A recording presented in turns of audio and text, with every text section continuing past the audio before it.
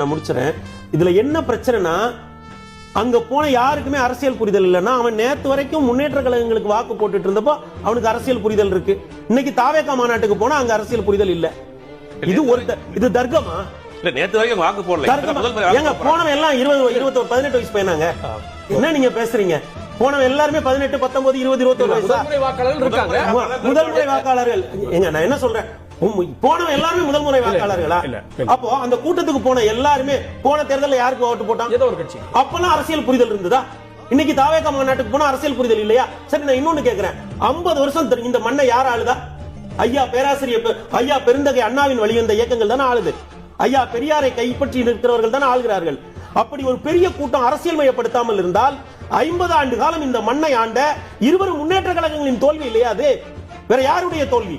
உங்க விஜய் காலத்துக்கு வந்துட்டா.